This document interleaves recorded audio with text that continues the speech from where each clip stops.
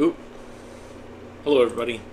This is Skip Alzheimer. Welcome to the AV Geeks Lunchtime Streaming Show, where I was trying to sneak in some last-minute film scanning, and so I'm a little behind in setting everything up. So the Twitch channel is not me yet, but it will be very soon.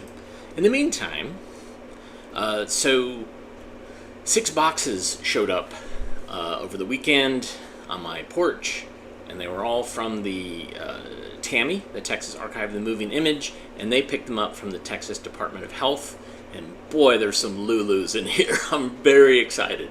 So I quickly went through and scanned 4 or 5 films, and so we'll watch some of them today, but we'll continue watching them because these are chef's kiss. All right, here's Read the Label and Live. They say what you don't know can't hurt you. But in the next few minutes, we will demonstrate that what you don't read can harm or even kill you. Mr. Willis was using paint remover to strip the finish from a piece of furniture.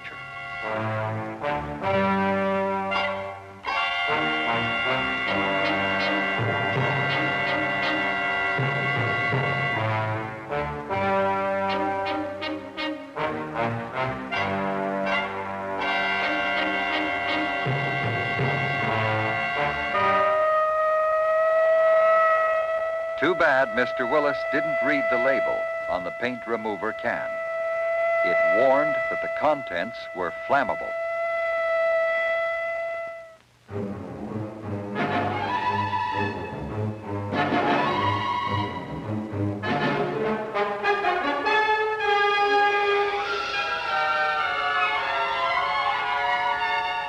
On many products we use every day, there are important words on the labels. Words like danger, warning, caution. They even appear on some foods like those sold in aerosol cans. Not all warnings have to do with fire hazards or poisons. Here are some of the most common problems caused when people do not read the warnings on labels. Bob was going to do some lacquering in the kitchen. The label on the lacquer thinner can reads, "Danger extremely flammable." If the flames, the pilot lights, or the intense heat from that burner caught the fumes, it could put a stop to his work forever. Lucky this time, he even remembered that turning off the range still leaves the pilot lights on, and even they could ignite the fumes. Here is a popular item in most homes, hairspray. But they have a very important warning on the label. There is a reason for this warning. Watch.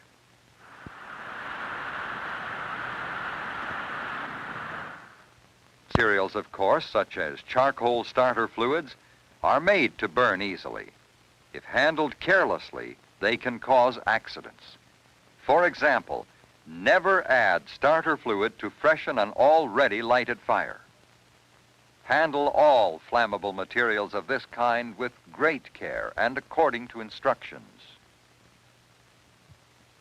The Browns never knew how close they came to having a visit from the fire department when Debbie sprayed for insects in the forced air furnace closet. Most insecticides are carried in a light oil, a mist that can be ignited by furnace or water heater pilot lights. In enclosed spaces, spray insecticides may be very poisonous as well. Read the label. Insect sprays made for outside use may be even more poisonous than those made for indoor use. Be sure to know any dangers about the product you are using. And read the label on and adhesives. The home handyman should know that some types are flammable, particularly those used with floor and ceiling tiles and countertop materials.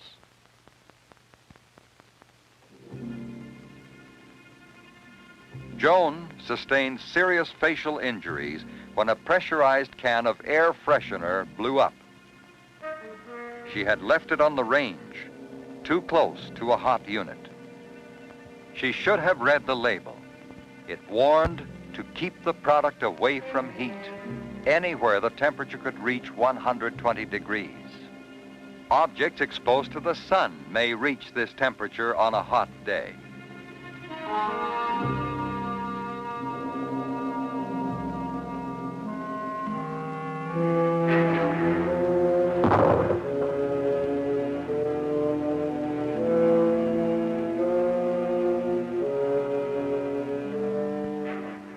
Because aerosol cans may explode, never discard them with trash that is to be burned. They could explode in the fire and cause injuries. Care should be taken never to store aerosol packaged products in the glove compartment or trunk of a car. Heat builds up when the car is parked in the sun, and the can may explode or release all of the product, creating a real mess.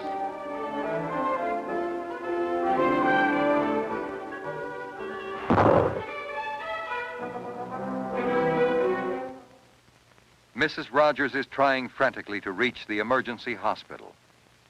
Her little girl has swallowed too much of a well-known medicine. She should have read the label.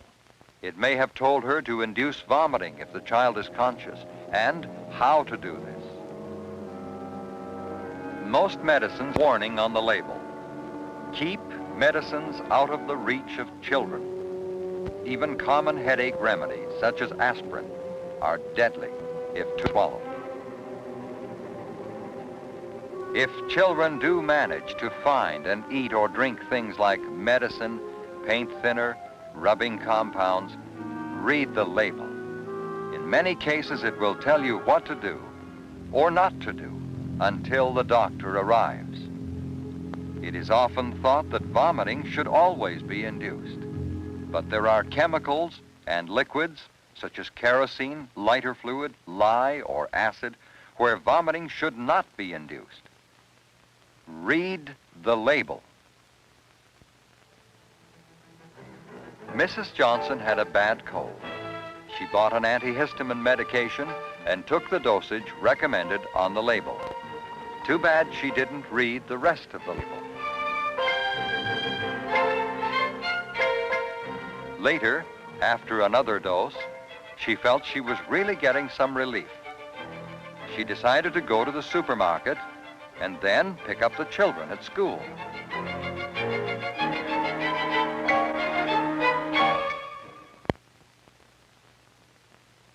She never really knew what happened. She woke up in the emergency hospital. She had blacked out at the wheel. The cold remedy label had warned that drowsiness might follow the dosage, and that anyone taking it should not try to drive or operate machinery. Several modern preparations, like Mrs. Johnson's cold, contain few drowsy, serious driving problems. The problem compounded when drugs are mixed with other drugs or with alcohol. Because we use many products that have built-in hazards, always read the label. Look for the word danger for highest hazards. Look for the word warning for substantial hazard. Look for the word caution for what may be a lesser hazard. Remember, any hazard can harm you. If you saw a sign like this, you wouldn't try to drive on through. Such notices make an impression. Think of the warning on the container as being just as big and impressive. If there is printed material on the container, the manufacturer wants to tell you something.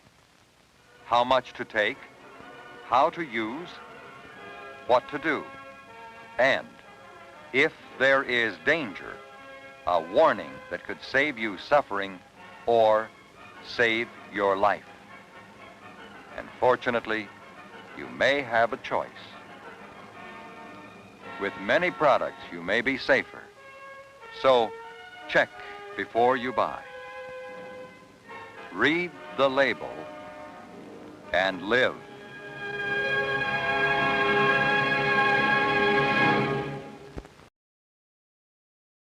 Glorious.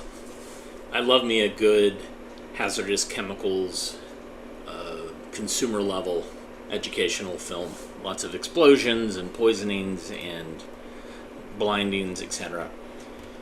I don't like it when it happens in real life, but I love a recreation in a film. Okay, this film, I have another copy of it, but it's beat up. And this one is beat up, at least at the beginning. But it's so whacked out. This is Facing Reality. Enjoy.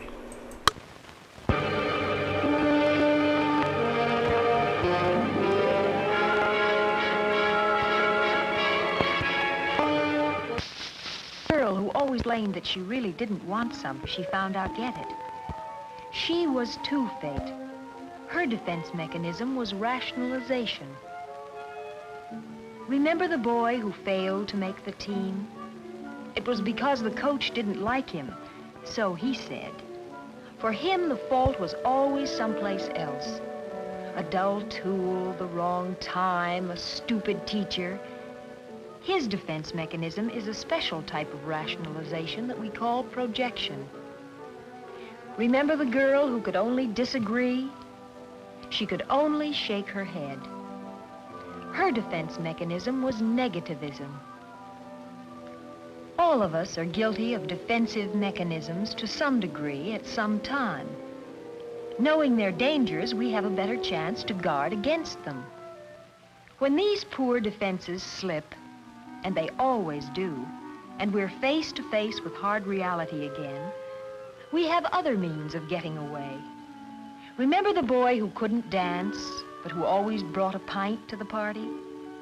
He was trying to escape from a sense of his own inadequacy. The next morning, he'd have a hangover, and he still couldn't dance. She was a daydreamer. She could dream that she was the most beautiful woman in the world.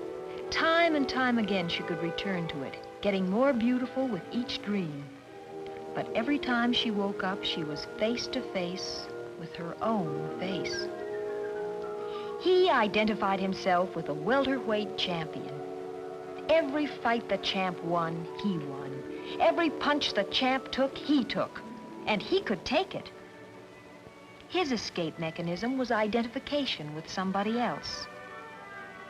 She thought that if you pretended a thing wasn't there, it might go away. If you pretended something hadn't happened, maybe it hadn't. If you hid the truth away, maybe it would turn out to be a lie. Her escape mechanism was suppression. He saw illness as a way out. A back way, true, but a way. When it was time to bring in the wood, his legs pained him. When the snow fell, something went wrong with his arm. And he loved the attention he got. His escape mechanism was malingering. The Army calls it gold bricking. Too many of us refuse to face reality. Too many of us try to escape our duties and identities, our faces and our families. But all these things remain. All the realities remain whenever we leave our dreams and return to the real world. Michael Squires is such a person, pinwheeling through life, defenses held high, darting away from reality through the escape hatches of his emotional being. Essentially, every normal person wants to stand well in his own eyes and in the eyes of others. When he does not, then he'll seek ways to achieve that standing. Protective mechanisms offer the wrong route. Finding out what the trouble is, what sends us into defense and escape mechanisms, is the first step on the road back to reality and the satisfactions and rewards that can be found only in the real world. I remember promising you a few minutes at the end of this period to discuss your class dance. Well, I guess the time has come now, and I'll see you all tomorrow. So long.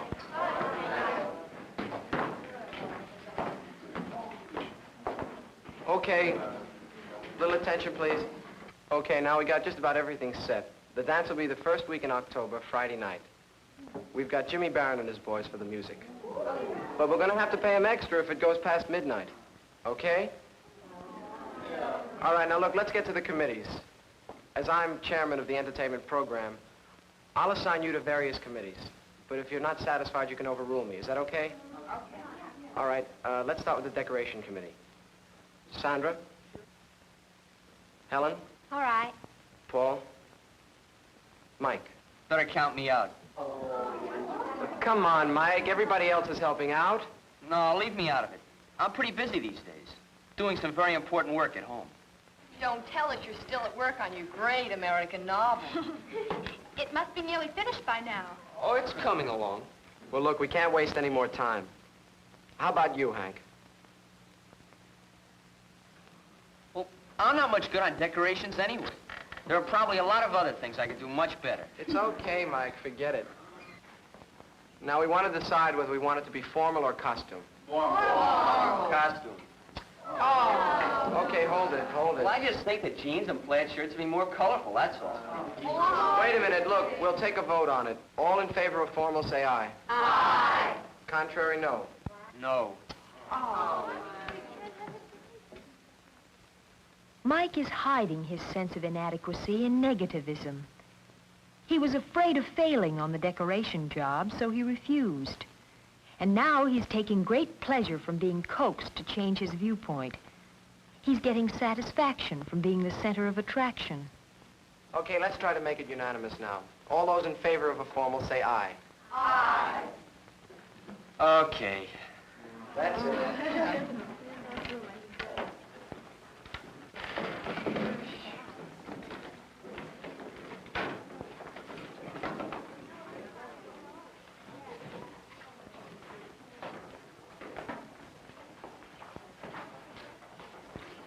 He always manages to make it tough. He's what Mr. Smith calls, a negative. Negatist. I don't understand it. He just likes to have his own way.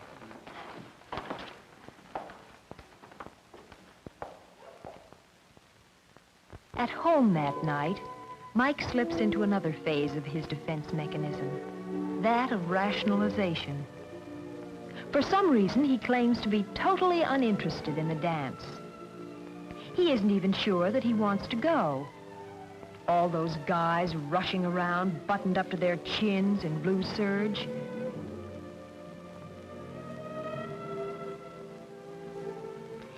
Let's see.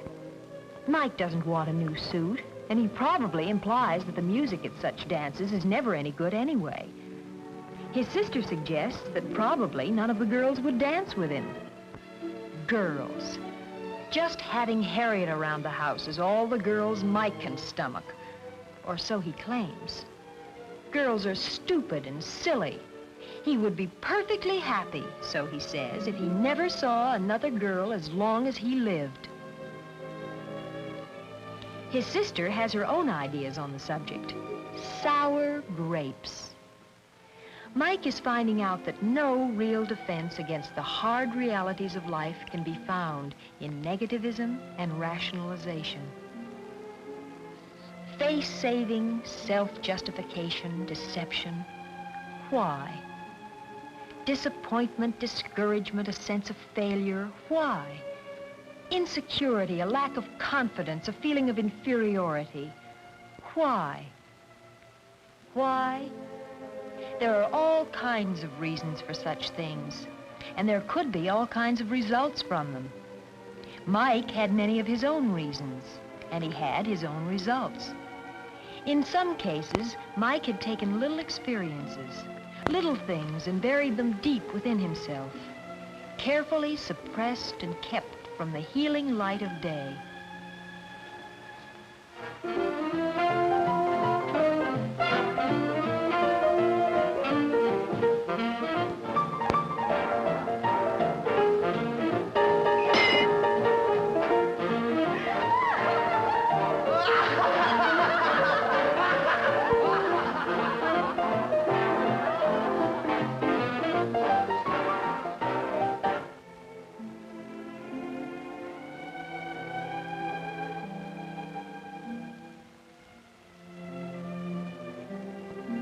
He's skinny, isn't he? The trouble is, if it's nerves, they never get over it. Mike never found out that the conversation was about a dog. The answer was so simple, but he's always kept the question buttoned up inside himself.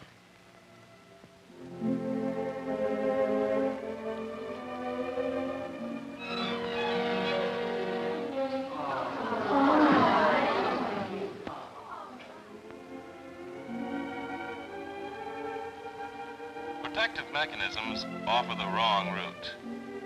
Finding out what the trouble is, what sends us into defense and escape mechanisms, is the first step on the road back to reality.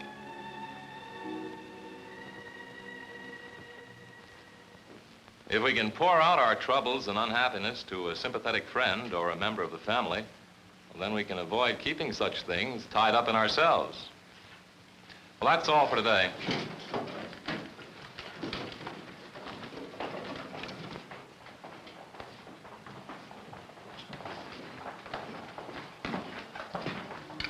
Got something on your mind? Well, the best place to get things on your mind is off. That'd be good English, but it makes good sense. I guess I haven't been making good sense.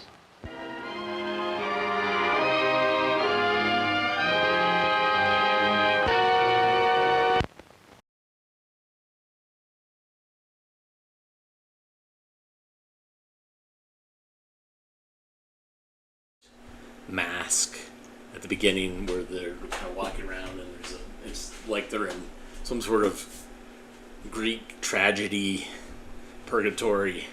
I'm not sure. Okay, so I got very excited. So when I got these films, I didn't really have a list. So I've been opening up boxes and going like, ooh, ooh, ooh. This one said VD public service announcements. And so I'm excited to see, because one of the things I was into, and I might eventually do, is make a film about venereal disease films. So I believe these are from the 70s, but enjoy.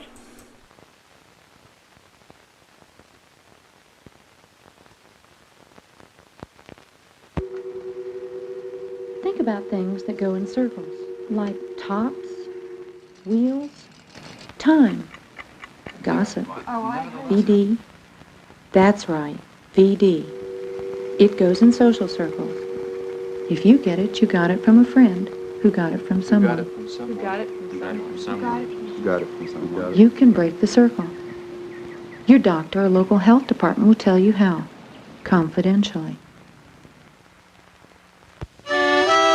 VD is for everybody, not just for the few.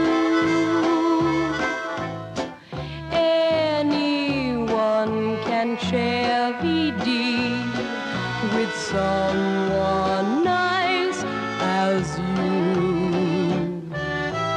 VD is for everybody, darling, have no doubt that anyone can get VD. That's what it's all about. If you're curious or confused, get information or a pamphlet at most pharmacies or a health clinic. If you need help, see a doctor.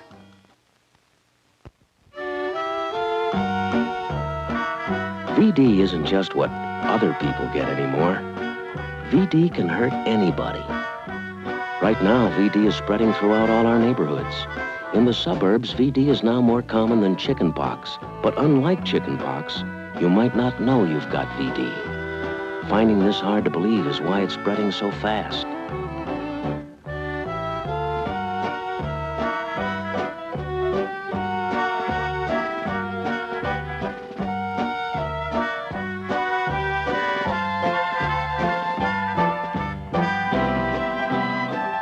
VD can be cured, easily.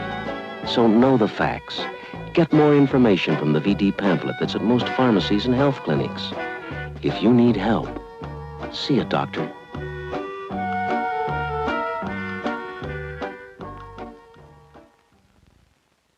Than fiction.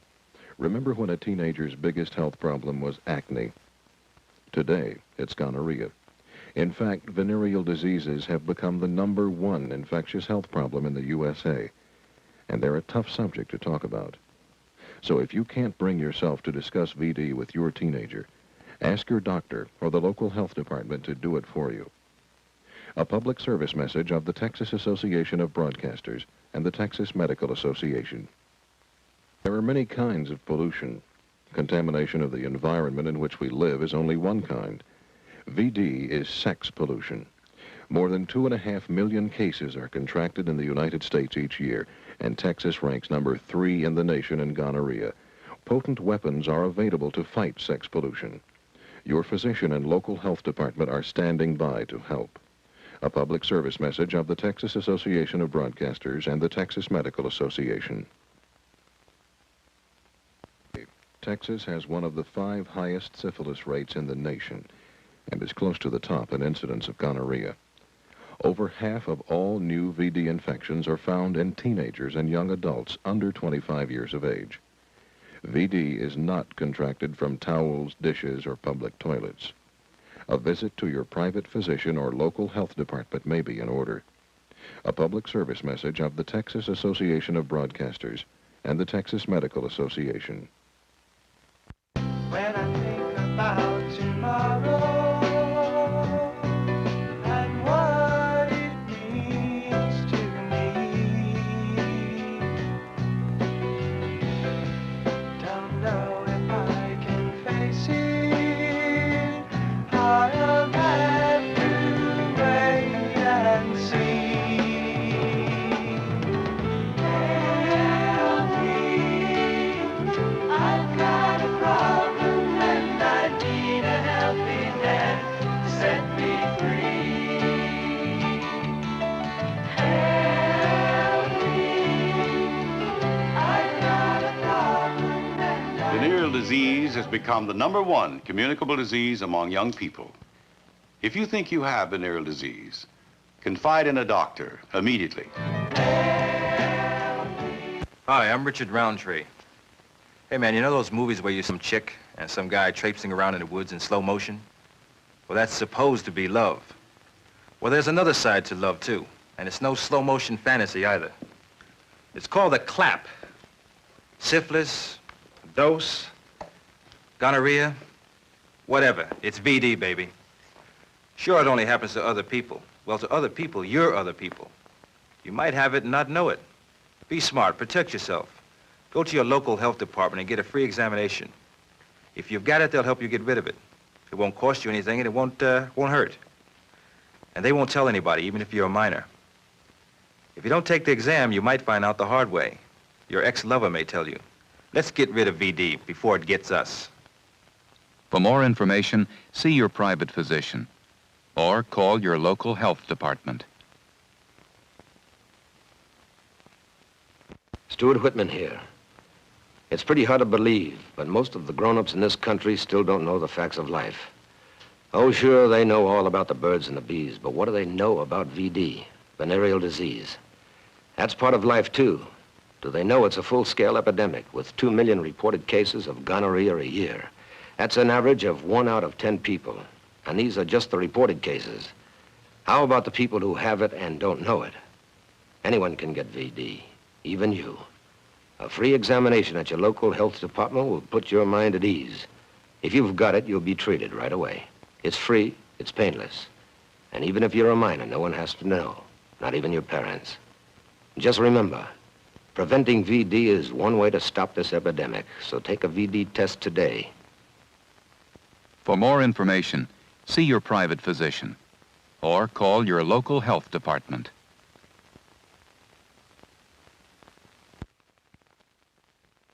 Hello, I'm Rob Reiner. You know, you mention VD to people and you realize how little they know about it. When you ask them, they either say, who, me? Or, I don't use public johns. They don't realize that on the average, 1 out of every 10 people in this country contracts gonorrhea. Could be you. That's right. What makes you think nice people don't get VD? I knew a nice guy in Detroit who once got it. No, but seriously. I actually said, but seriously. You want to be smart? Protect yourself. Learn how to prevent venereal disease. Go down to your local health department and get a free examination. If you got it, they'll treat it. It won't hurt, and it won't cost you anything. And most important, your folks don't have to know anything about it. That's for real. It's between them and you. For more information, see your private physician or call your local health department.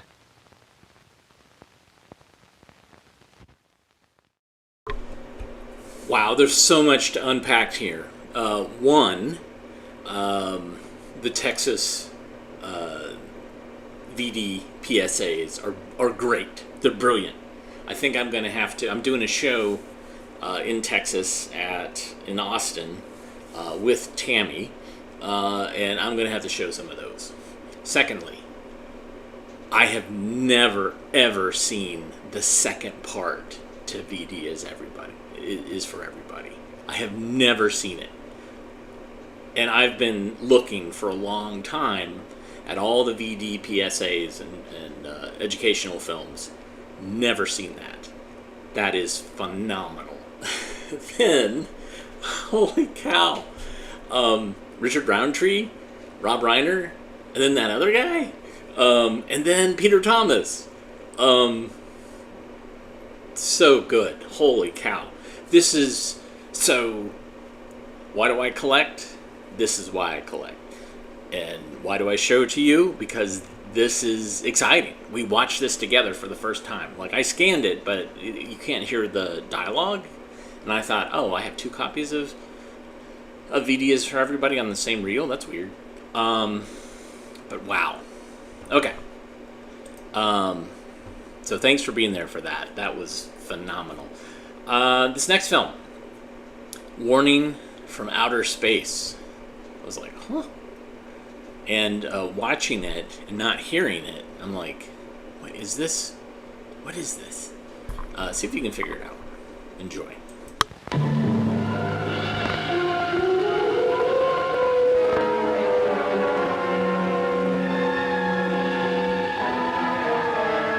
A spaceship from Galaxy Zeta one day passed near Earth as it traveled the great Milky Way. An old-fashioned beach, but fate took a hand. Because passed by, their all-knowing Z-screen just happened to spy first look. The old-fashioned people were still breathing smoke. Danger bell gonged and a panic light lit, and a few of the crew almost had a fit, because smoking had just about killed off their race many light years away on their planet in space. Stand by, cried the leader. Stand by to land. We've got to go tell them so they understand. We have to alert them and warn them about their habit of smoking. For without any doubt, if they keep up the practice, they'll kill themselves off or cripple their bodies with diseases and coughs.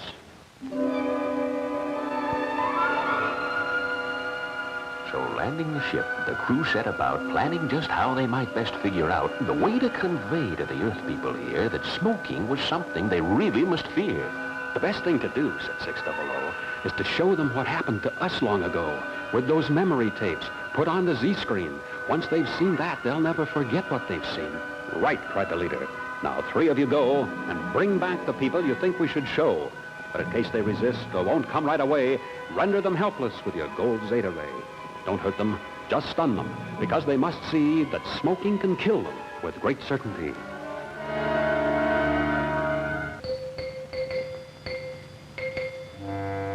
So disguising themselves, they set out to get Earth folks who lit up and smoked cigarettes.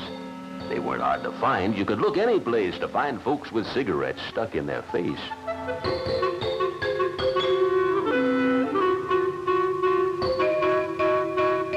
This is bad, whispered Z-Man 103.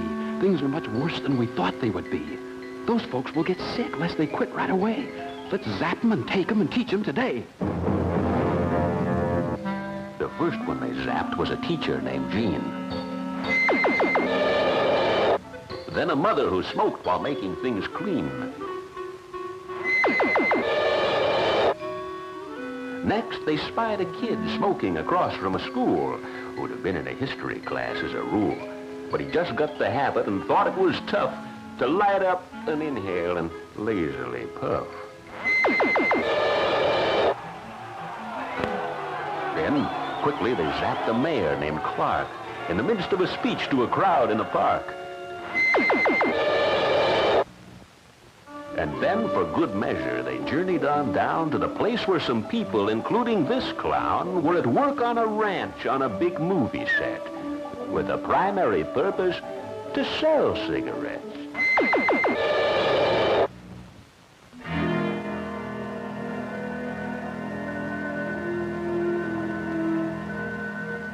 Just stand there, my friends. We won't keep you long. In fact, only until that signal goes bong. After that, we must leave you and head back for space. So there isn't much time. In fact, it's a race to show you how silly it is that you smoke. Believe me, my friend, it's far from a joke. Aw, shucks, said the cowboy with a trace of a sneer done to cover the fact he was quaking with fear. I don't know who you are, but how do you know so much about smoking? I think that I'll go. No, you won't, my Earth friend. I must really insist that you stay where you are and listen to this. Our tragedy happened a long time ago, roughly 96 million Earth years or so. But we saved up the sights and the sound and the scene on memory tape for a special Z-screen. And now we will show you what happens to be the truth about smoking. It's all history. Long ago near our star, we lived much as you do, though the way that we built things was slightly askew. And our animals all were a bit strange to see for some reason that never was quite clear to me. But the thing that our people loved best to do was to smoke cigarette smoke, exactly like you. Everyone smoked, both old folks and young, grandmas and daddies and babies who clung to their cigarettes, happily laughing with glee, blowing smoke in the air. It was lovely to see. We smoked before eating, and while eating, too, through the aid of a thing with a long rubber tube. And at night, you might guess, with that very same thing, while we slept, we were able to keep on smoking. Some smoked them short, but that watered their eyes. So we forthwith invented a smoke called king size. And for those who wanted their smoke to be cool, we piped it through ice, which we got from a fool who invented a gimmick he painted bright green and sold in the stores as a smoking machine. But gradually, slowly, while we smoked without care, something took place which gave us a scare. Our people were all coming down with disease of the heart, lungs, and bladder. They breathed with a wheeze. As they gasped for a breath of life-giving air, the smoke that went with it made them despair. For our doctors by that time were all finding out that smoke was the villain, beyond any doubt. First slowly, then faster as time went on by, we noticed that people were starting to die. And those that death missed were crippled and bent. And you'd better believe they began to repent. But still, they weren't ready to stop smoking yet, but only to search for a safe cigarette. They made them from fur, from the hide of a sow, which faintly resembles what you call a cow. They made them from fuzz from the back of a cat and from hideous substances looking like that. All things that we found were subject to tests in hopes we'd find something good for our chests. The end finally came with this stupid device, supplied by the man who'd invented the ice. An oxygen tank to help smokers breathe fresh air while inhaling the smoke from their weeds. But the day it was tested behind that closed door, it blew up its testers with a horrible roar.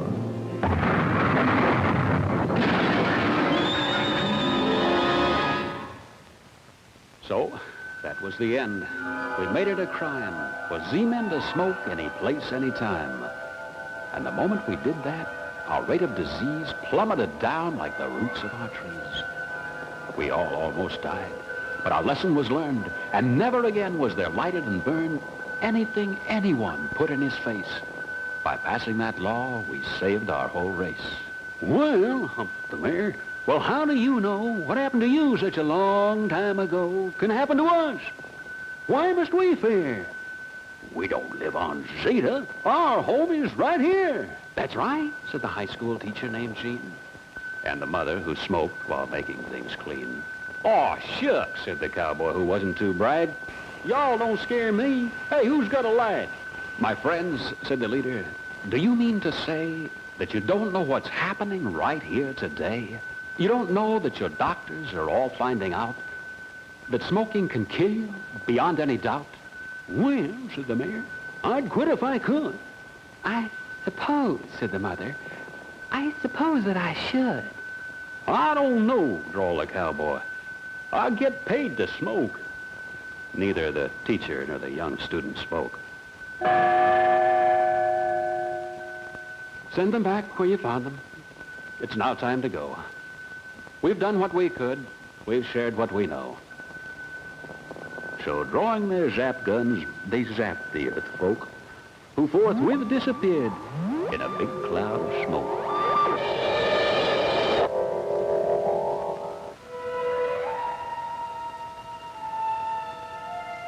But, sir, asked the young Zeta teen girl so nice, do you think the Earth people will take our advice and stop smoking those things before it's too late? Before they all share what once was our fate? I don't know. I don't know. I oughtn't to care. But we had to come show them. We had to be fair.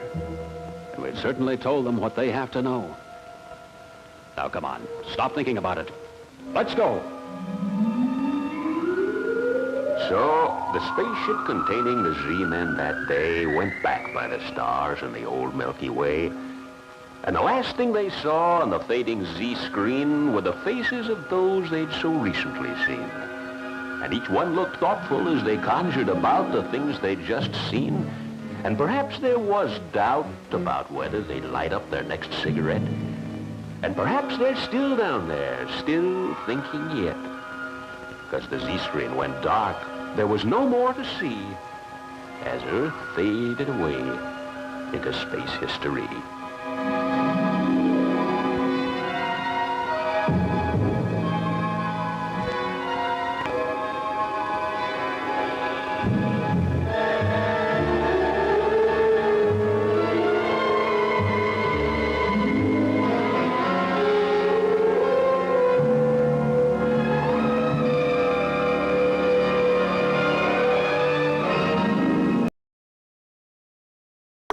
You had me until it started rhyming, and then you lost me. I have a low threshold for rhyming, but what a fascinating concept. We've seen this with other subjects. What were the other ones? There's one. It's an animated one where it's a car. It's actually a Martian or a Venusian who comes to Earth, and then he looks at how people will treat each other, and talks about distracted driving, but also about road rage. That name is just escaping me. Howard Morris does the voice. It's funny that I know all that, but I can't remember the title of the film. Yeah. And is this just a nod to Plan 9 from Outer Space, or I guess there's other films that do this as well. Talk about aliens knowing better and addressing the problems that humans have, Earthlings have. This film is about emotional maturity. This might be another McGraw-Hill film. The same people who did Facing Reality. Enjoy.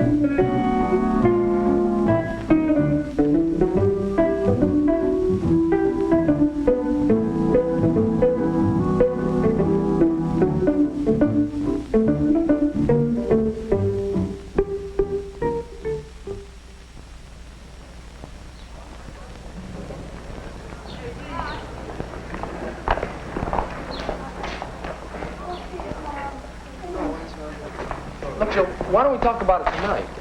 I'll pick you up early. Around 7:30, we'll go to an early show and... Come on, Jill, don't look so serious. That's what I wanted to talk to you about, Dave. I can't go out with you tonight.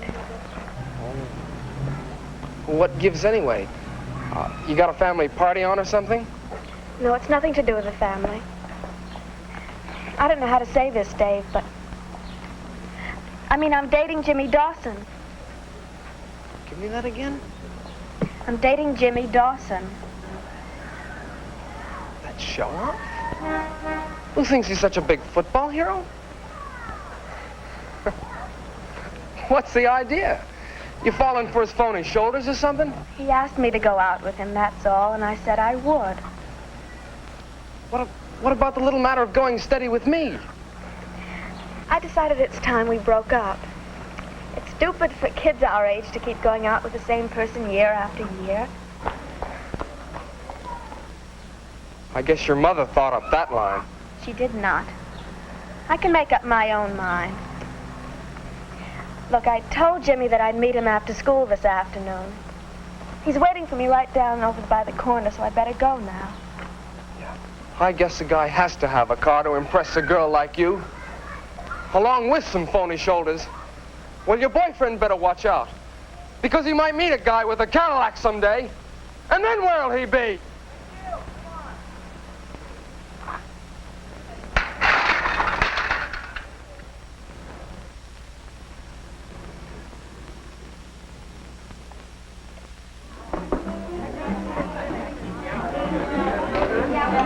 But even if we don't beat Western, we still have a mathematical chance of getting in the playoffs. How come? Well, you see, we're one game up on them now.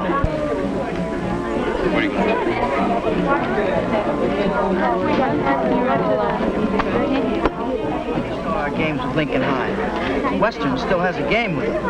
And they haven't beaten Lincoln all year. That's right. That's what I say.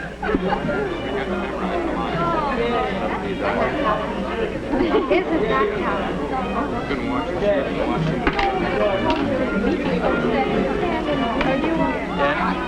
Pretty good guy, don't he? Hi, fellas. Hello, Dave. How's it going? Man, lousy English exam, old man Peterson sprung on us today, huh? Yeah, lousy is right. I never even knew there was such a thing as George and poets. How was I supposed to name him?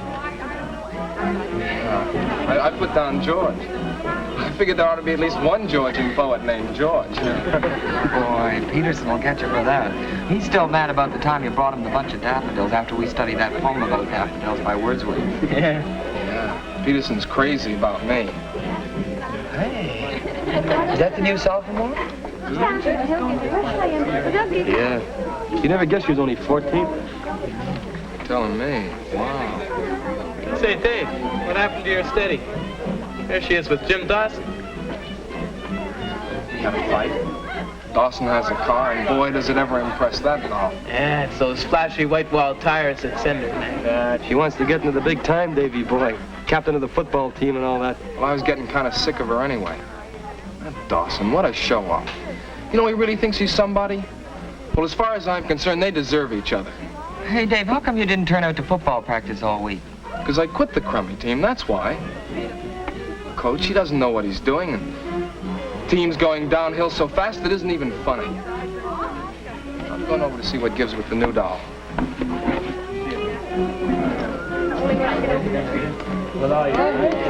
Did you hear about Dave? Coach left him on the bench during the whole of last Saturday's game. Boy, was Dave mad. He quit the team right the next day. He hasn't anything to be sore about. He thinks the team can't get along without him. He's kidding himself. And let's face it, he's just not that good. Well, they beat us 3 out of 4, but we're a lot better than we were then. They hit their peak just about that time, and I don't think they've gotten any better. Hi, Jill. How you doing? Oh, hi. Boy, I'm really outnumbered now. I gotta go, Jill. I'll see you tonight. About 8? Sure. So long. I thought you went steady with Dave Forsythe. We broke up. Gee, I always thought Dave was cute. He's okay. He acts like a kid, though. But he's so funny in class. You should go out with him, then you wouldn't think all those wild tricks were so funny. I always thought Dave acted like a kid, too. You can only take so much of that fooling around. Honest, he's like a big baby the way he shows off. You should have seen him last Monday in the hall at school. Hey, Dawson, I'd like to speak to you for a minute. Sure, Dave. I guess you think you're pretty smart playing up to the coach last Saturday and getting him to leave me out of the game. Oh, now, wait a minute. You got your wires crossed, boy. Who are you trying to kid? I saw you talking to the coach just before the game, and I could see you looking straight at me. Pretty dirty trick fixing it so I couldn't play. Dave, for Pete's sake. We were talking about the new play, Dave. We didn't mention you once. Oh, come off it, Forsythe. You know, it's possible the coach doesn't think you're good enough. I know a dirty deal when I see one. Ah, you're nuts.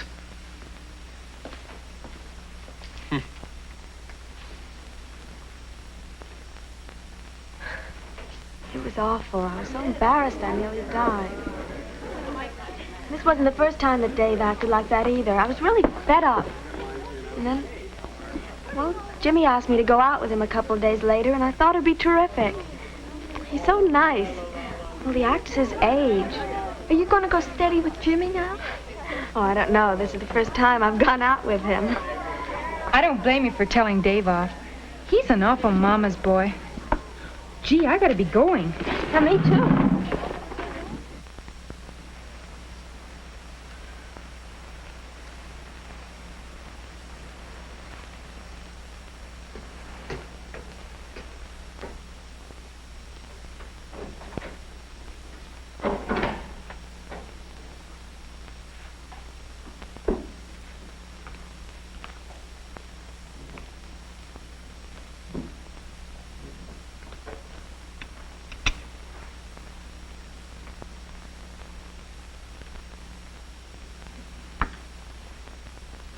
Can't you say excuse me to your mother for being late? I'm sorry, Mom. Excuse me. Your mother can't keep dinner waiting just because you feel like hanging around the streets a little longer. I said I was sorry, didn't I? It's just another indication of your constant thoughtlessness and irresponsibility. Say, Dad, do you think I could have the car tonight? I'll take real good care of it, and I'll fill it up with gas when I bring it back. What do you want with the car? Gee, Dad, girls won't go out with a fella unless he's got a car. Take Jill Anderson out long enough without a car. Well, she left me for a guy with a car. Who's that, dear? Oh, that crummy show-off, Jim Dawson. He's a good boy, young Dawson. And I understand from his father that he saved his money and bought that car himself. Dad, are you gonna let me have the car or not? No, I am not. You're too young to be running around in cars at night with girls. I'm 16, aren't I? I've got a license. What's the sense of having a license if you can't drive the car? Why don't you let him use it this once, Fred? It's true. Boys nowadays need cars to take girls out. All the mothers say so.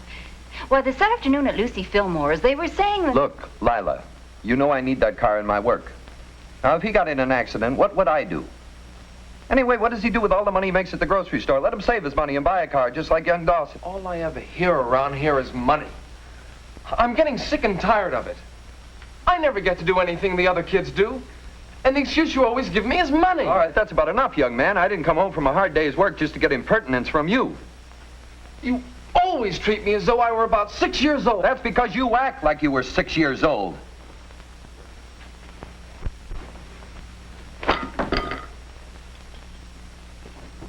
Fred!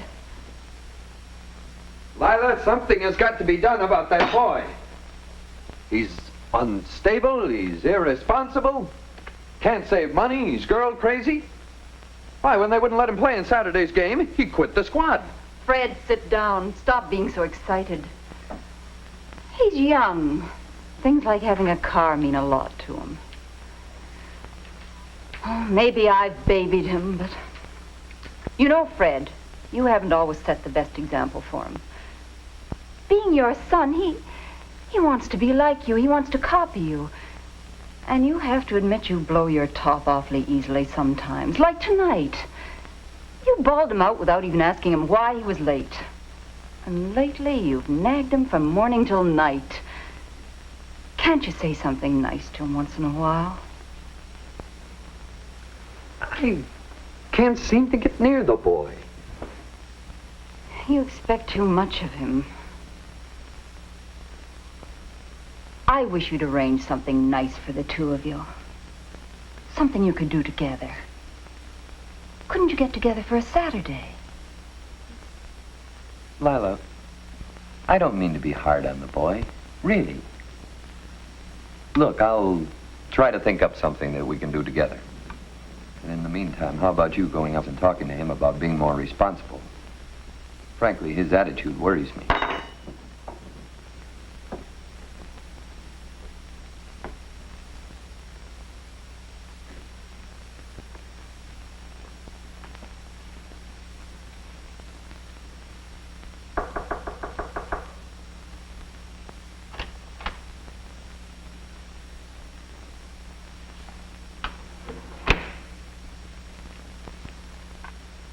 Dave, dear, don't be so upset.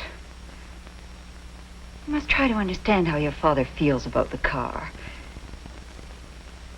You know, perhaps if you saved up some of the money yourself, he'd help you buy one. He won't help me with anything. Doesn't trust me. I wouldn't hurt his crummy old car. Always acts as though I was a dumb kid. Well, Dave, you should show him you're responsible. Lately, you've been awfully rebellious. You know how angry it makes him. Never notices anything good I do. Just yells all the time. I wish you wouldn't be like this. Well, I'll leave your dessert in the refrigerator for you.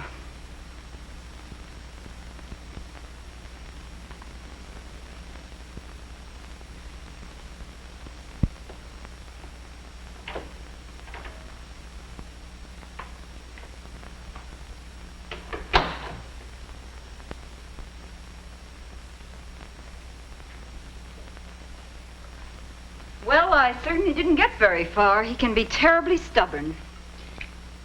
You know, Fred, he said you never notice when he tries to please you. Sometimes I wonder if we don't set up standards that are just a little too high for him. And then when he can't come up to them, he gets angry and snaps at everyone. I think he's really anxious to please you. I think I'll go up and have a talk with him. See if I can't work something out.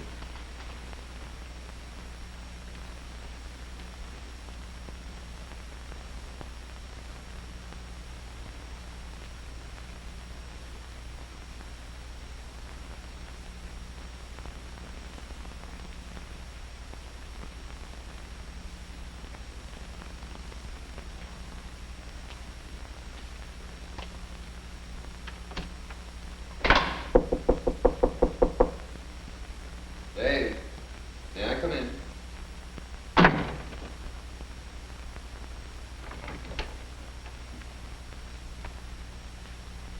Dave, I'm sorry about our argument, but I wish you'd try to see my point of view about this car business. Look, since you won't be with the team Saturday, how'd you like to see the game with me? No, thank you. What do you mean, no, thank you? Look, I've heard about all I can take from a young brat like you. Despite your bad behavior, I came up here and tried to be friends. I even apologized. You didn't even try to respond like a human being. Something's going to be done about you.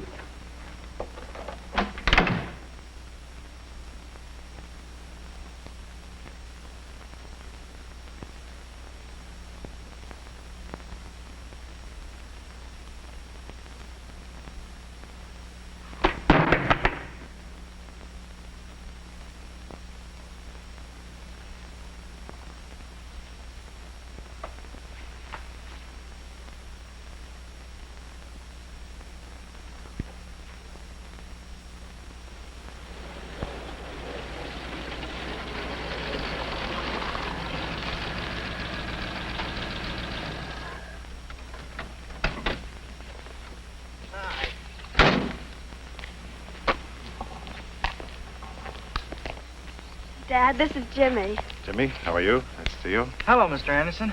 It's quite a car you've got there. Yeah, it's a real bomb, sir. Well, I hope when you drive it as a car and not as a bomb. Oh, Jimmy's a good driver, Dad. Oh, that's fine. That's fine. Good. Why don't we go ahead and sit over there for a while? Okay.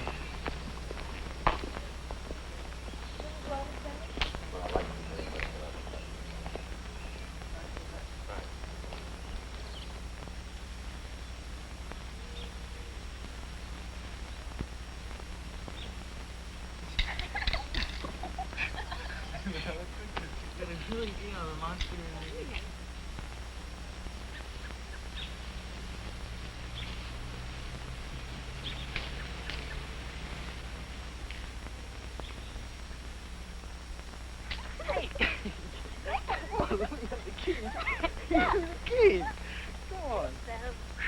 What? You want to give me a fight? Give me a fight, too. Did I hurt you? It serves you right to ask him. Where you going? You going to go for a ride with me? No. Oh, come on. Here we go? Okay. Okay. Let's go. 10 minutes.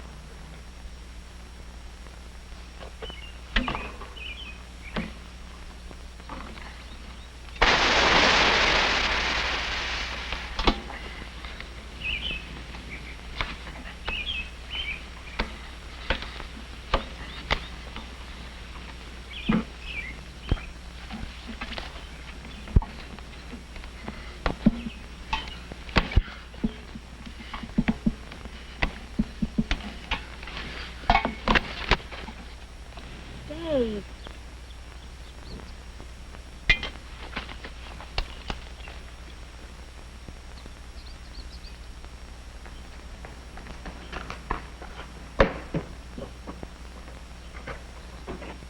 Oh, yes, Mr. Anderson.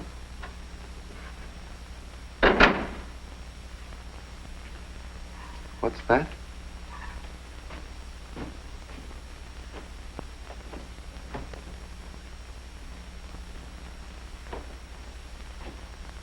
How did Dave get into a situation like this? It seems impossible. But Dave was emotionally unstable. He didn't think straight about what he was doing.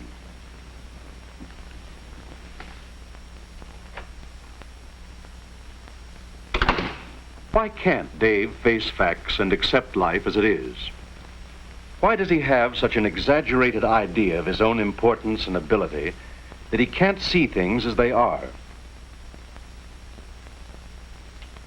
Because he can't fit the real world into his unreal idea of how it should be, he is so frustrated that he loses control of himself.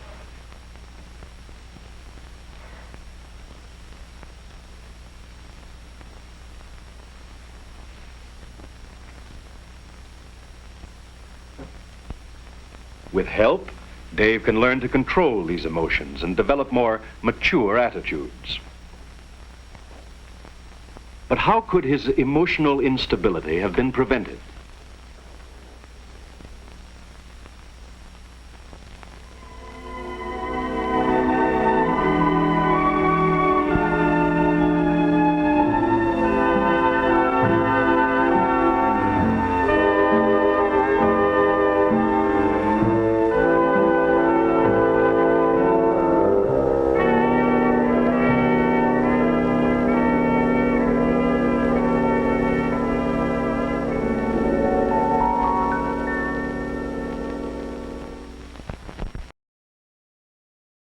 So many great titles in there. And all of those were made by Crawley Films, so Canadian. If you heard, I don't know if you heard that little twinge, Canadian twinge. Okay, so here's an opportunity. I got one more film. We're past our time normally. We try to do 1 hour, but sometimes I got extra stuff. So I'm trying to highlight the new tv.avgeeks.com. So why don't you go over there and we'll watch this one last film called The Barnyard Snacker. Enjoy.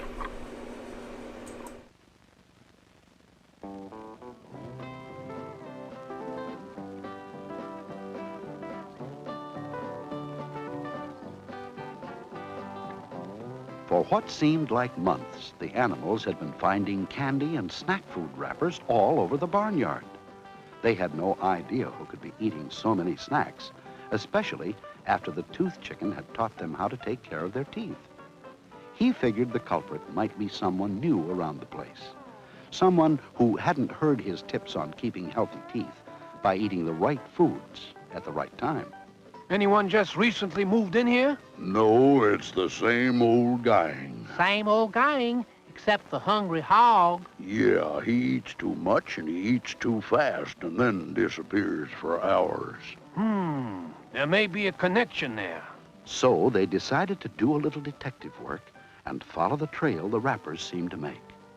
They led right into a dark corner of the barn and stopped. Wait. What's that? Hungry? Is that you? Are you the one who's been leaving snack wrappers all around? Well, I guess. Care for a jelly bean? No, thanks. Why are you hiding? Come on out of there. Hungry? You look terrible. I do. Well, I eat more snacks than anyone around here, and just look at me. Snacks? What about breakfast? I love breakfast, and when that's over, I have sugary snacks till lunch. Then I snack until dinner. Then I snack to... Whoa! Sounds to me like you snack around the clock. Well, I do love snacks. Yep, just as I thought. You got a bad case of snackitis. Snackitis? Is there a cure? Yep, and it's simple. Eating properly. Eating? But it seems that's all I do. But you're eating the wrong foods at the wrong times. Come out here and let me show you something. Like I tell everybody, the key to a healthy body and healthy teeth is a balanced diet. And that means eating 3 meals a day from each of the 4 food groups. 4 food groups, huh? Right. Now, the first food group is fruits and vegetables. Things like apples, oranges, carrots, and squash. The second group is breads and cereals. That includes rice, macaroni, and spaghetti.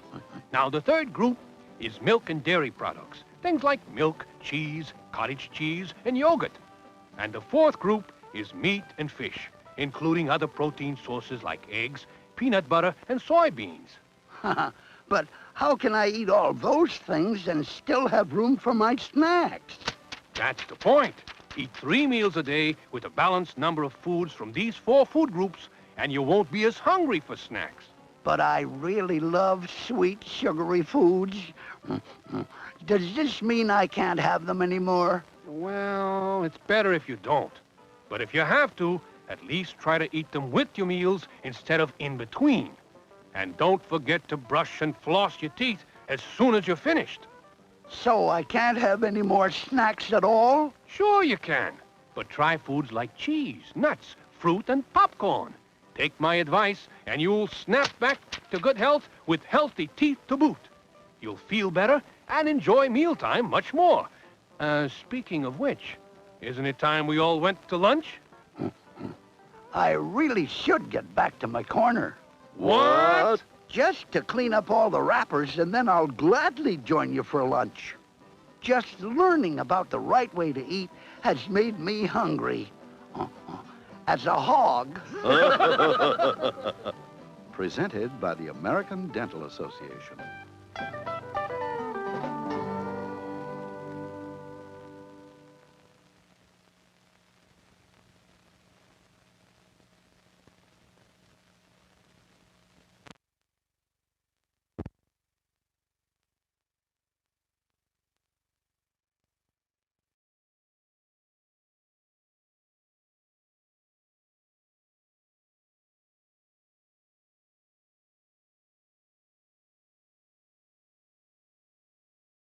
Than I thought. Thanks guys for watching. I'm going to on the so on YouTube and Twitch this is going to end, but on the tv.avgeeks.com the party's just starting, so we'll switch over to our pre-recorded